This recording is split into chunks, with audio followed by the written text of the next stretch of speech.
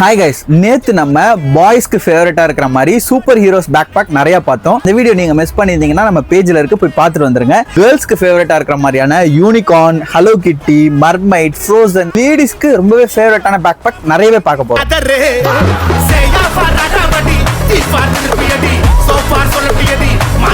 சென்னையிலே இந்த மாதிரி கலெக்ஷன் நீங்க எங்கேயுமே பார்க்க முடியாது.